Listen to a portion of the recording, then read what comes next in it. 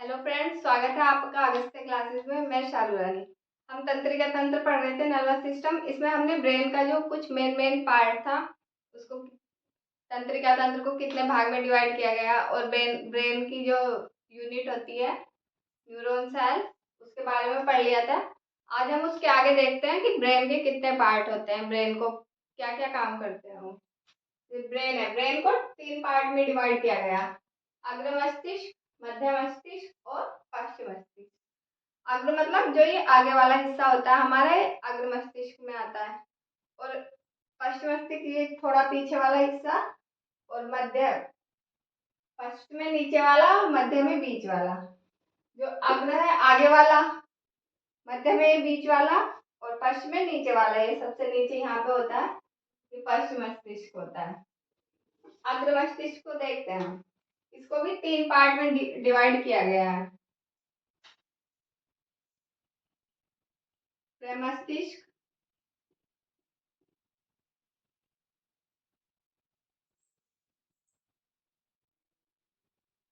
प्रमस्तिष्क, thalamus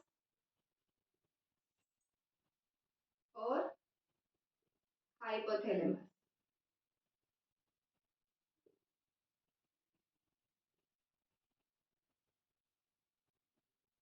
जो ये अग्र मस्तिष्क होता है, ये हमारा ब्रेन का सबसे बड़ा पार्ट होता है। लगभग 66% होता है। और इसमें भी इस अग्र मस्तिष्क का पूरा लगभग 80% ये प्रमस्तिष्क ही होता है। तो हमारे ब्रेन का सबसे बड़ा पार्ट कौन सा होता है? प्रमस्तिष्क। ये हमारे ब्रेन का सबसे बड़ा पार्ट होता है।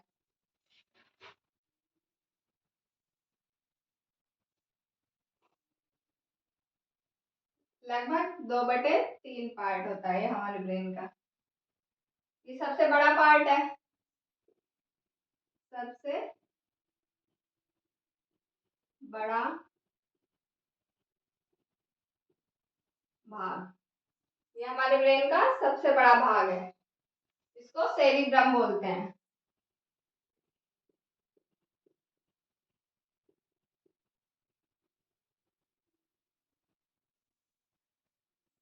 जैसे हम किसी बारे में सोचते हैं, बहुत ही ज्यादा एक ही टॉपिक के बारे में सोचते हैं, तो ये हमारा सेरिब्रम खराब हो जाता है। इससे हमारी याददाश्त कमजोर होती है, हमें कुछ याद नहीं रहता जल्दी से। कहीं भी कोई सामान रख के भूल जाते हैं, या किसी इंसान को कुछ टाइम बाद देख रहे हैं तो उसको भूल जाएंगे। तो किसी भी चीज के बारे में ज्यादा सोचने से ये सेरिब्रम या मस्तिष्क हमारा खराब हो जाता है। इसका इलाज है कि हम नई नई एक्टिविटी करते रहें, कुछ नया नया सोचते रहें। ज्यादा सोचने से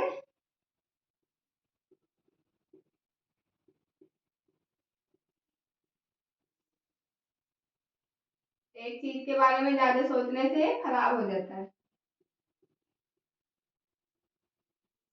इसका इलाज है नई नई एक्टिविटी करें, नई नई चीजों के बारे में सोचें।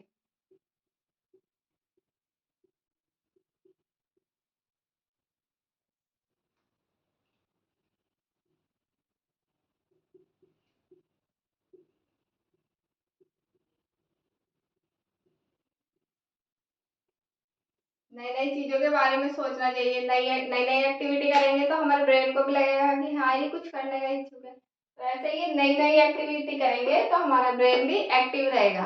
और अगर हम एक ही चीज के बारे में सोचते रहेंगे तो वो एक ही चीज के बारे में सोच सोच के ये खराब होने लगता है सेरिब्रम, जिससे हमारी याददाश्त कमजोर हो जाती है।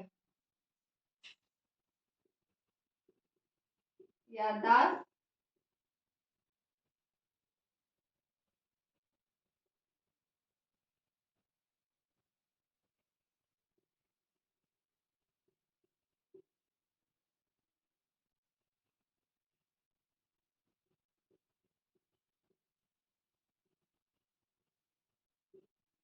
याददाश्त कमजोर हो जाती है।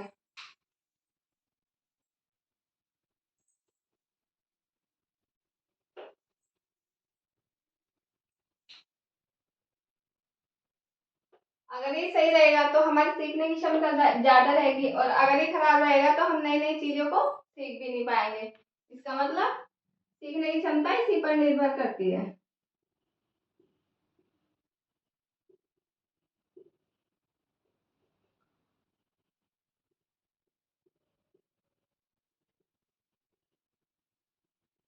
सीखने की क्षमता निर्भर करती है इस पर। मस्तिष्क का यही है कि ये सबसे बड़ा भाग होता है हमारे ब्रेन का, इसको सेरिब्रम बोलते हैं। ज्यादा सोचने से ये खराब हो जाता है, एक ही टॉपिक के बारे में सोचते रहेंगे तो हम ये खराब हो जाएगा। जैसे कि आजकल के लड़के लड़कियां प्यार में पड़ जाते हैं तो खराब हो जाता है, ज्यादा उसी के बारे में सोचते रहेंगे और पढ़ाई में मन नहीं लगता, फिर तो पढ़ाई भी नहीं हो पाती, तो इससे ये खराब हो जाता है। इसको सही रखने के लिए नई नई एक्टिविटी करनी चाहिए। ये खराब हो जाएगा तो हमारी याददाश्त कमजोर हो जाती है और इसी पे हमारी सीखने की क्षमता निर्भर करती है। अगर ये सही रहेगा तो हम सीख पाएंगे, अगर नहीं रहेगा तो हम कुछ भी नया सीख नहीं पाएंगे। तो सीखना भी इसी पे निर्भर करता है। ये प्रमस्तिष्क के बारे में था। अभी देखते हैं थैलेमस। थैलेमस थैलेमस का क्या कार्य है हमारी बॉडी में।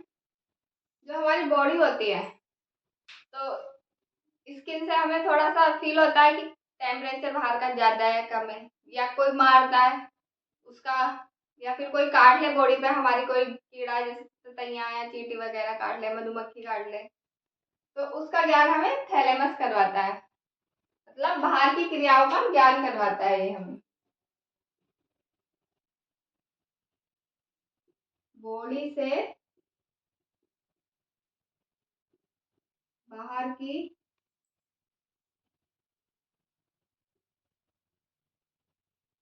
क्रियाओं का ज्ञान।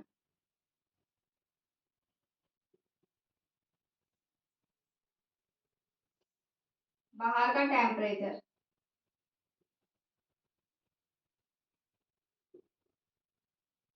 बाहर का टेम्परेचर,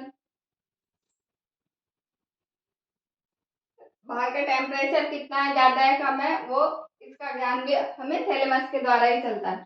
अगर बाहर का टेम्परेचर ज्यादा है तो ये हमारी बॉडी में से पसीना निकाल देता है, और बाहर टेम्परेचर कम होने पे ये टॉयलेट के रूप में फिर पानी बाहर निकालता है।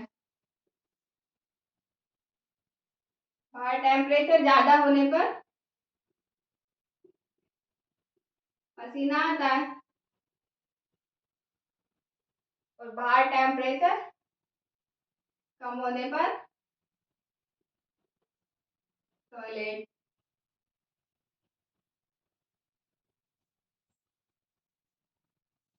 तो ये थैलेमस जो होता है हमें बाहर के टेम्परेचर का या बाहर की क्रियाओं का ज्ञान कराता है। अब ये हाइपोथैलेमस, इसको यहाँ लिखते हैं ऊपर।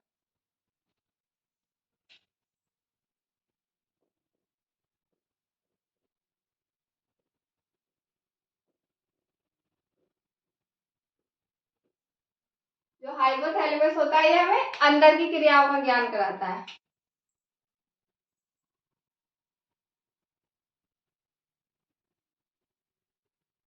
अंदर की क्रियाओं का ज्ञान।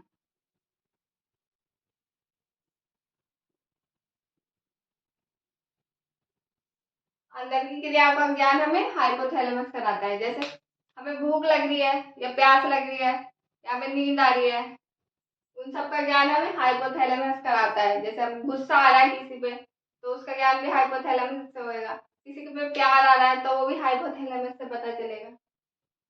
तो ये हाइपोथैलेमस ही है जिसके द्वारा हमें अंदर की क्रियाओं का ज्ञान होता है। जैसे भूख, प्यास, घृणा, प्रेम, इन सब का हमें हाइपोथैलेमस से ही पता चलता है। और अंदर का टेम्परेचर, ये थैलेमस है, ये बाहर के टेम्परेचर का ज्ञान कराता है, और जो हाइपोथैलेमस होता है वो अंदर के टेम्परेचर का ज्ञान कराता है। अंदर के टेम्परेचर का ज्ञान। अब ये हाइपोथैलेमस ही है जिसके द्वारा हमें प्रेम, घृणा वगैरह पता चलती है। मतलब जिसका हाइपोथैलेमस ज्यादा एक्टिव होएगा वो किसी भी लड़का या लड़की होते हैं जो दूसरे जेंडर की तरफ जल्दी अट्रैक्टिव होते हैं, और जिसका हाइपोथैलेमस कम एक्टिव होएगा वो जल्दी अट्रैक्टिव नहीं होते। हाइपोथैलेमस को कंट्रोल रखने का एक इलाज है कि ज्यादा नमक मिर्च वाले या लहसुन प्याज वाले खाने नहीं खाने चाहिए, उससे ये कंट्रोल में रहता है। स्टूडेंट लाइफ में तो ज्यादा इम्पोर्टेंट है कि इस तरह का खाना नहीं खाना चाहिए, ज्यादा मसालों वाला। तो हाइपोथैलेमस ये जिसके कारण प्यार व्यार होता है, किसी से घृणा प्यार ये सब हाइपोथैलेमस के कारण ही होते हैं।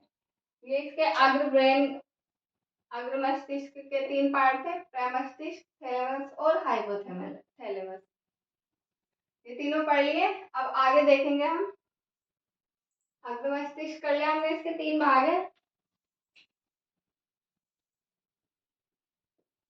सेरिब्रम, थैलेमस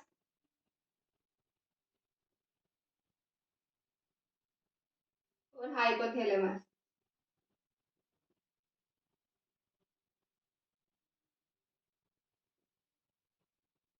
ये तीनों कर लिए हमने। अब मध्य मस्तिष्क देखते हैं। इसके 2 भाग हैं, इसको 2 पार्ट में डिवाइड करा गया है। कार्पोरा पेंडिकल,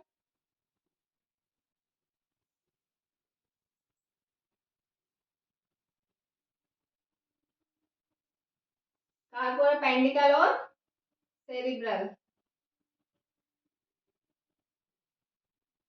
इसके 2 भाग हैं। अब इनके काम देखते हैं। कार्पोरा पेंडिकल जो है, पहले इसको देखते हैं। कार्पोरा पेंडिकल,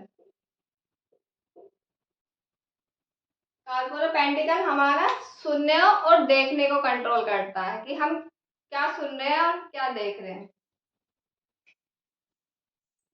सुनना और देखना। सुनना मतलब ईयर और देखना मतलब आई। तो इसको 2 ई लिख सकते हैं, इसको ऐसे याद रख सकते हैं। डबल ई का काम करता है कार्पोरा पेंडिकल। जो भी हम सुन रहे हैं, क्या सुन रहे हैं हम और क्या देख रहे हैं, उसको हमारे ब्रेन तक पहुंचाने का काम करता है। जो हमने सुना या देखा उसको ब्रेन तक पहुंचाएगा, फिर ब्रेन एक्टिव होकर उसके जो क्रिया करनी होगी वो क्रिया करेगा।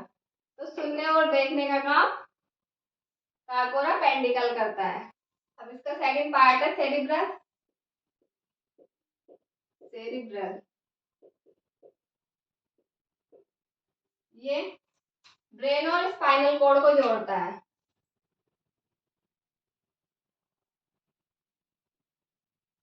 ब्रेन व स्पाइनल कॉर्ड, ब्रेन जो हमारे ब्रेन होता है और स्पाइनल कॉर्ड ये रीढ़ की हड्डियों के बीच में से जो नसें जाती हैं वो स्पाइनल कॉर्ड कहलाती है। इन दोनों को जोड़ने का काम सेरिब्रल करता है। ब्रेन में स्पाइनल कॉर्ड को जोड़ता है, वह स्पाइनल कॉर्ड को कंट्रोल भी करता है।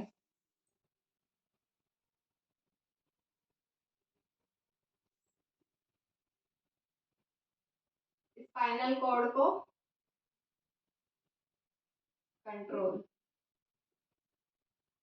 जो सेरिब्रल है ये ब्रेन और स्पाइनल कॉर्ड को जोड़ेगा, वह स्पाइनल कॉर्ड को कंट्रोल करेगा, इसका ये काम है। कार्पोरा पेंडिकल का सुनना और देखना, जो हम सुनेंगे और देखेंगे उसको ब्रेन तक पहुंचाएगा और ब्रेन एक्टिव होकर उसके प्रति क्रिया करेगा। और सेरिब्रल ब्रेन और स्पाइनल कॉर्ड को जोड़ता है और स्पाइनल कॉर्ड को कंट्रोल करता है। अभी थर्ड पार्ट है पश्च मस्तिष्क। इसके 2 पार्ट होते हैं, सेरिबेलम और सेरिबेलम, सेरिबेलम और मेडुला ओब्लोंगेटा। मेडुला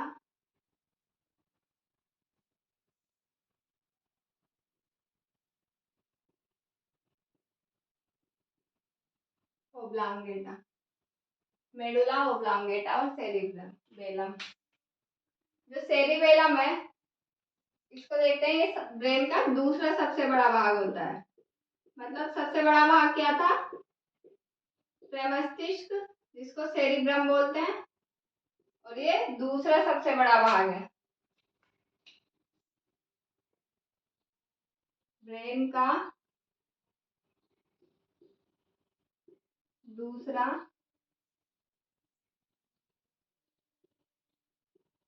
सबसे बड़ा भाग, ये ब्रेन का दूसरा सबसे बड़ा भाग है। ये बैलेंस बनाने का काम करता है।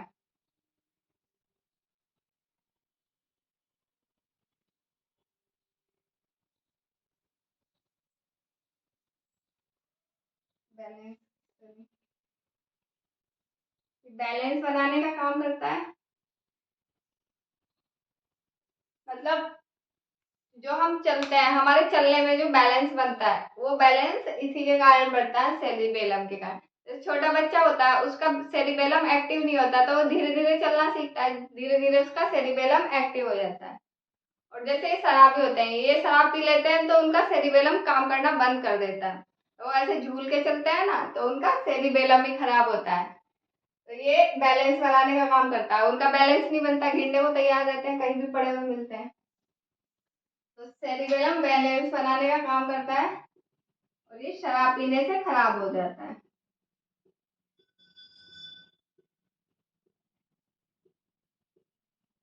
शराब पीने से खराब। और ये ऐच्छिक क्रियाएं जो होती हैं, जो हमारी इच्छा से होती हैं, ऐच्छिक क्रियाओं को नियंत्रित करता है।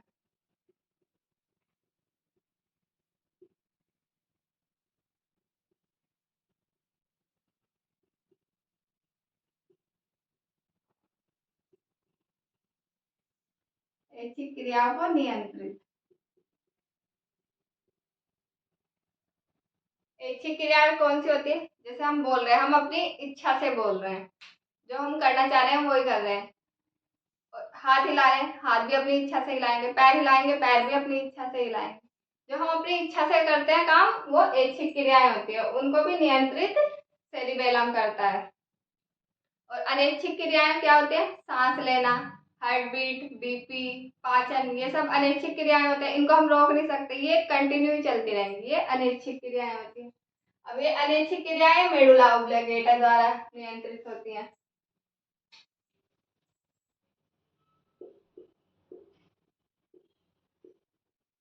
मेडुला ऑब्लांगेटा,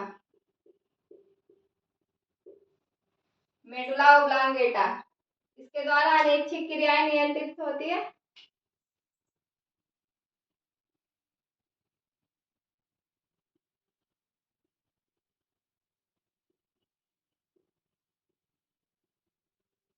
इसमें या इसके एग्जाम्पल लिख लेते हैं।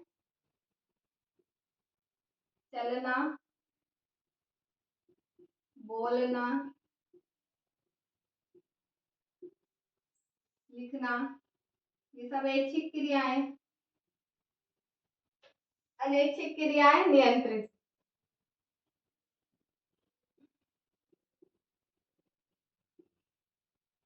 अनैच्छिक क्रियाएं नियंत्रित होती है। अनैच्छिक क्रियाओं में कौन कौन सी क्रियाएं आती है?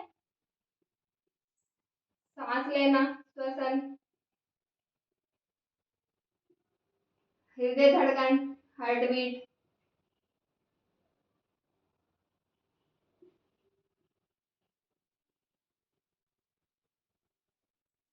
पाचन, ये सब इसमें ही आते हैं। अभी पाचन में एक, जब पाचन टॉपिक पढ़ाया था तो एपिग्लोटिस पढ़ाया था, जो यहाँ पे होता है ग्रास नली के ऊपर, जो खाने को और सांस को रास्ता देता है, तो वो भी इसी के द्वारा नियंत्रित होता है, मेडुला ऑब्लांगेटा के द्वारा। एपिग्लोटिस भी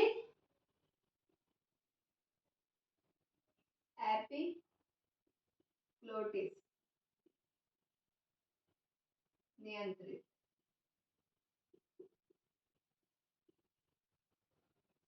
ये भी इसी के द्वारा नियंत्रित होता है। क्योंकि जैसे ही हम खाना अंदर डालते हैं, अगर खाना अंदर डाल रहे हैं तो सांस नली बंद कर देगा वो, और अगर हम सांस ले रहे हैं तो खाने वाली नली बंद कर देगा। तो ये मेडुला ऑब्लांगेटा के द्वारा होता है। ऐसा तो नहीं होता कि हम सोच रहे हैं कि हाँ हमने खाना खाया और हम एपिग्लोटिस को इधर कर देते हैं श्वास नली की तरफ, जिससे वो बंद हो जाए, ऐसा तो नहीं होता। ये सिर्फ अपने आप ही काम करता रहता है, ये मेडुला ऑब्लांगेटा के द्वारा कंट्रोल होता है, हमारे सोचने से कंट्रोल नहीं होएगा ये। तो ये इसके पार्ट हो गए सारे। मस्तिष्क के अग्र मस्तिष्क, मध्य मस्तिष्क, पश्च मस्तिष्क, इसको फोर ब्रेन बोलते हैं, इसको मिड ब्रेन, इसको हिंड ब्रेन। ये सेरिब्रम, थैलेमस, हाइपोथैलेमस, ये फोर ब्रेन के पार्ट है। मिड ब्रेन के कार्पोरा पेंडिकल, सेरिब्रल, और फर्स्ट ब्रेन के हिंड ब्रेन के सेरिबेलम, मेडुला ओब्लांगेटा। सेरिब्रम ये सबसे सबसे बड़ा पार्ट होता है मस्तिष्क में, फोर ब्रेन, और इसमें भी सबसे बड़ा पार्ट होता है सेरिब्रम। इसका पूरे पूरे फोर ब्रेन का सब 80% सेरिब्रम होता है। ये ज्यादा सोचने से खराब हो जाता है, जैसे किसी भी एक ही टॉपिक के बारे में ज्यादा सोचते हैं तो ये खराब हो जाता है। तो इसको सही रखना बहुत जरूरी है, इससे हमारी याददाश्त कमजोर हो जाती है। थैलेमस और हाइपोथैलेमस। थैलेमस बाहर का टेम्परेचर नियंत्रित करता है और हाइपोथैलेमस अंदर का। अंदर जो क्रियाएं हो रही है उनको हमारा हाइपोथैलेमस नियंत्रित करेगा, और बाहर की थैलेमस ये अंदर की क्रियाओं का ज्ञान कराता है और ये बाहर की क्रियाओं का ज्ञान कराता है। अब इसको कैसे याद रख सकते हैं कि कौन सा किसकी क्रियाओं का ज्ञान कराता है? इसको मैंने एक ट्रिक से याद किया था, वो आपको बता देती हूँ। जैसे ये थैला है, थैला, इसमें हमने कोई सामान रखा,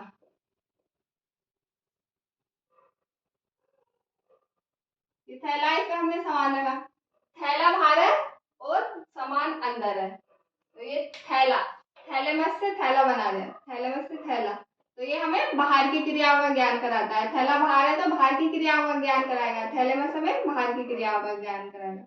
और हाइपोथैलेमस ये याद हो जाता है तो फिर ये अंदर की क्रियाओं का ज्ञान कराता है, तो इसको ऐसे ही याद रख सकते हैं। एक याद हो जाएगा तो दूसरा अपने आप ही याद हो जाएगा।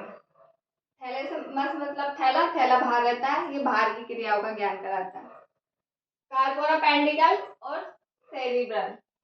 कार्पोरा पेंडिकल सुनना और देखने को कंट्रोल करता है, कि हम जो सुन रहे हो और देख रहे हो फिर उसको ब्रेन तक पहुंचाएगा, ब्रेन फिर एक्टिव होकर क्रिया करेगा।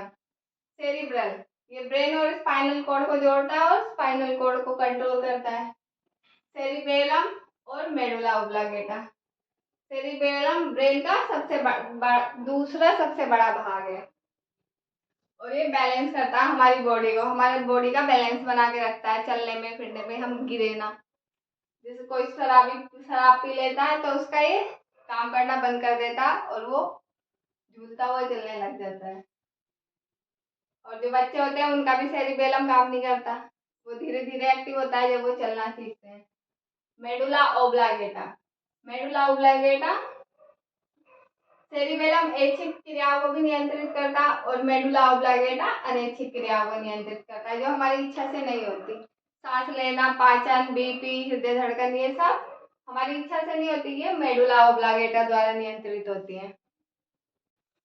ब्रेन हमने कंप्लीट कर लिया। अब ये देखते हैं मेरुरज्जु। ये केंद्रीय तंत्रिका तंत्र का पार्ट है मेरुरज्जु। ब्रेन ब्रेन भी उसी का पार्ट था, ब्रेन को हमने कर लिया। अब ये मेरुरज्जु देखते हैं। ये सेकंड ब्रेन का काम करता है, मतलब अगर हमारा ब्रेन बिजी होता है तो मेरुरज्जु ब्रेन का काम करता है, इसको सेकंड ब्रेन बोलते हैं। इसलिए प्रतिवर्ती क्रियाओं को नियंत्रित करता है, जो अचानक से होने वाली क्रियाएं होती है, जैसे कोई पीछे से आकर डरा दे हमें तो उनको भी कंट्रोल यही करता है मेरुरज्जु। आवेशों को पथ प्रदान करता है, जो संदेश आगे बढ़ते हैं उनको पथ प्रदान करता है। मेरुरज्जु यहाँ पे होता है हमारी रीढ़ की हड्डी के बीच में बिल्कुल, तो ये आवेशों को पथ प्रदान करते हैं। इसमें 31 जोड़ी तंत्रिकाएं होती है, मतलब 31 इधर और 31 इधर, तो 31 जोड़ी 62 पूरी होती है तंत्रिकाएं। मेरुरज्जु में इतना ही है, सेकंड ब्रेन का काम करता है, प्रतिवर्ती क्रियाओं को नियंत्रित करता है, आवेशों को पथ प्रदान करता है, और इसमें 31 जोड़ी तंत्रिकाएं होती है। ब्रेन में 12 जोड़ी थी, इसमें 31 जोड़ी है। तो ये केंद्रीय तंत्रिका तंत्र यहाँ पे कंप्लीट हो जाता है। उसके बाद आता है परिधीय तंत्रिका तंत्र। परिधीय तंत्रिका तंत्र को 3 भाग में डिवाइड किया है: संवेदी, सेंसरी तंत्रिका, प्रेरक, मोटर तंत्रिकाएं, मिश्रित, मिश्रित तंत्रिका।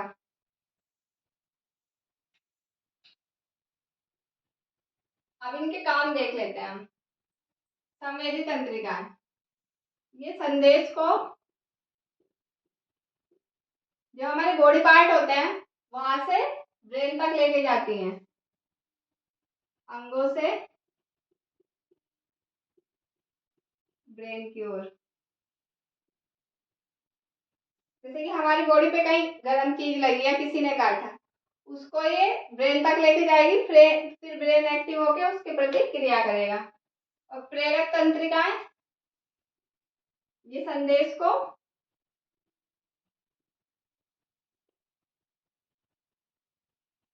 ब्रेन से अंग तक ले जाएंगी।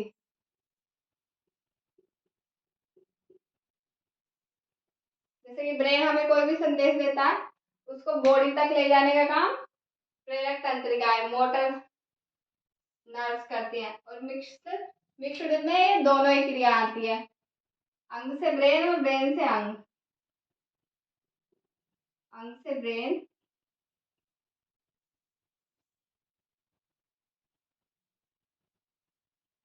ब्रेन से अंग, ये दोनों क्रियाएं मिक्स्ड में आती है। परिधीय में इतना ही है। संवेदी तंत्रिका सेंसरी मोड, सेंसरी नर्व संदेश को अंग से ब्रेन तक ले जाती हैं।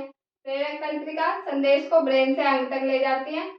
और मिक्स्ड ये दोनों काम करते हैं, अंग से ब्रेन तक लाने का और ब्रेन से अंग तक लाने का। और इसमें जो ब्रेन की 12 जोड़ी नसें थी, 12 जोड़ी ब्रेन प्लस 31 जोड़ी स्पाइनल कॉर्ड, ये दोनों मिलके परिधीय तंत्रिका तंत्र बनाती हैं। 12 जोड़ी ब्रेन की और 31 जोड़ी मेरुरज्जु स्पाइनल कॉर्ड की, ये सारी मिलके एक साथ परिधीय तंत्रिका तंत्र बनाती है। अब इसको देखते हैं स्वायत्त तंत्रिका तंत्र। स्वायत्त तंत्रिका तंत्र एटोनोमिक नर्वस सिस्टम, इसमें जो ब्रेन की 12 जोड़ी तंत्रिकाएं थी और स्पाइनल कॉर्ड की 31 जोड़ी तंत्रिकाएं, इनमें से कुछ कुछ तंत्रिकाएं मिलके स्वायत्त तंत्रिका तंत्र का निर्माण करती हैं। 12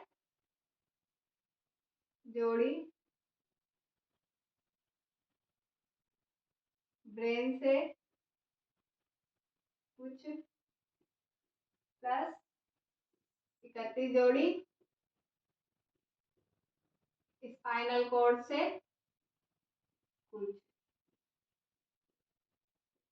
ये मिलके स्वायत्त तंत्रिका तंत्र का निर्माण करती है।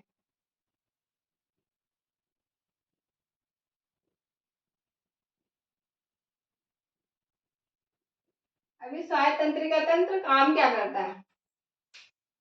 ये दो दो क्रियाएं होती है इसमें, अनुकंपी और परानुकंपी। अनुकंपी मतलब हमें कोई पीछे से आके डरा देता है या हम किसी चीज को देख के डर जाते हैं, तो वो अनुकंपी क्रिया के अंतर्गत आता है। जब हम डरेंगे तो हमारे साथ क्या आएगा? हमारे बालों के रोंगटे खड़े हो जाएंगे, आंखें बड़ी हो जाएंगी, बीपी बढ़ जाएगा, शुगर बढ़ जाएगा, गला सूखने लगेगा। ये सब क्रियाएं जो कंट्रोल होती है अनुकंपी तंत्रिका तंत्र से कंट्रोल होती हैं। तो ये आपातकाल में अतिरिक्त ऊर्जा प्रदान करता है।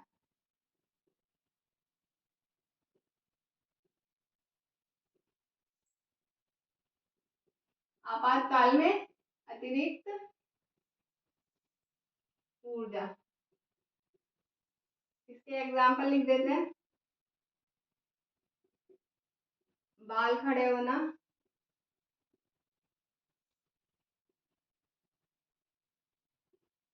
गला सूखना,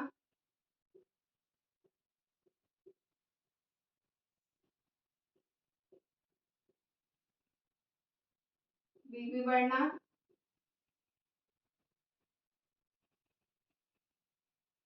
शुगर बढ़ना,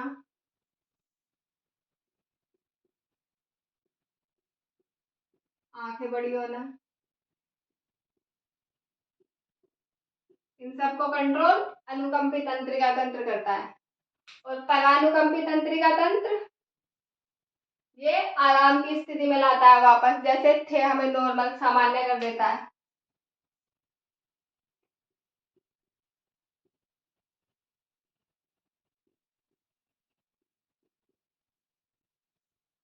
जब आराम की स्थिति में आएंगे तो वापस बाल जो खड़े थे वो सीधे नीचे हो जाएंगे, गले गला सूख रहा था लाल बनने लगेगी, बीपी डाउन हो जाएगा, शुगर डाउन होएगा, मतलब नॉर्मल होएगा, आंखें बड़ी जो हो रही थी वो नॉर्मल हो जाएंगी। तो ये परानुकंपी तंत्रिका तंत्र द्वारा कंट्रोल होता है। स्वायत्त तंत्रिका तंत्र में यही है ये 12 जोड़ी ब्रेन में से और 31 जोड़ी स्पाइनल कॉर्ड में से कुछ कुछ नर्व मिलकर स्वायत्त तंत्रिका तंत्र का निर्माण करती है। अनुकंपी और परानुकंपी दोनों क्रियाएं इसमें होती है।